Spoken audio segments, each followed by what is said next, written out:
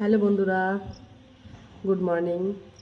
আজকে সকাল সকালই একদম ঘুম থেকে উঠেই তোমাদের সঙ্গে ব্লগটা শুরু করছি, কারণ আজকে একটা স্পেশাল দিন।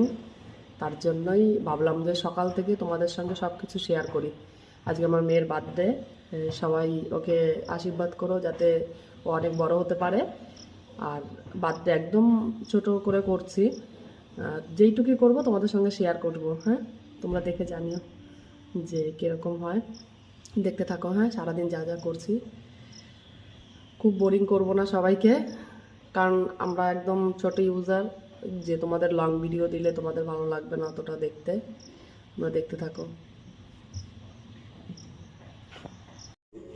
এই সকাল সকাল একটু ঘর, রান্নাঘর এগুলো সব একটু পয় পরিষ্কার করে নিলাম। আবার মেয়েও দেখছি ওর ঘরটা খুব পয় পরিষ্কার করে বিছনা গুটিয়ে নিয়েছে। তারপরে তোমাদের দাদা